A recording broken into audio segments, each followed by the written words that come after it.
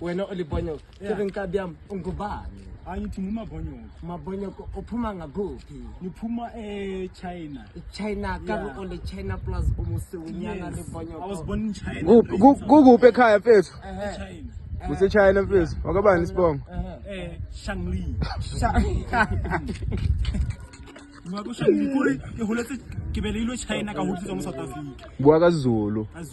oh ngibelekwe eChina bese ngakhuliswa la eSouth Africa kahle khona uZulu esiphilile phela mfowethu isiphile kanjani usho ukuthi manje ngisho sikhona uZulu esiright uthi wakuphe nomfoka bani wena ngumfoko waShangli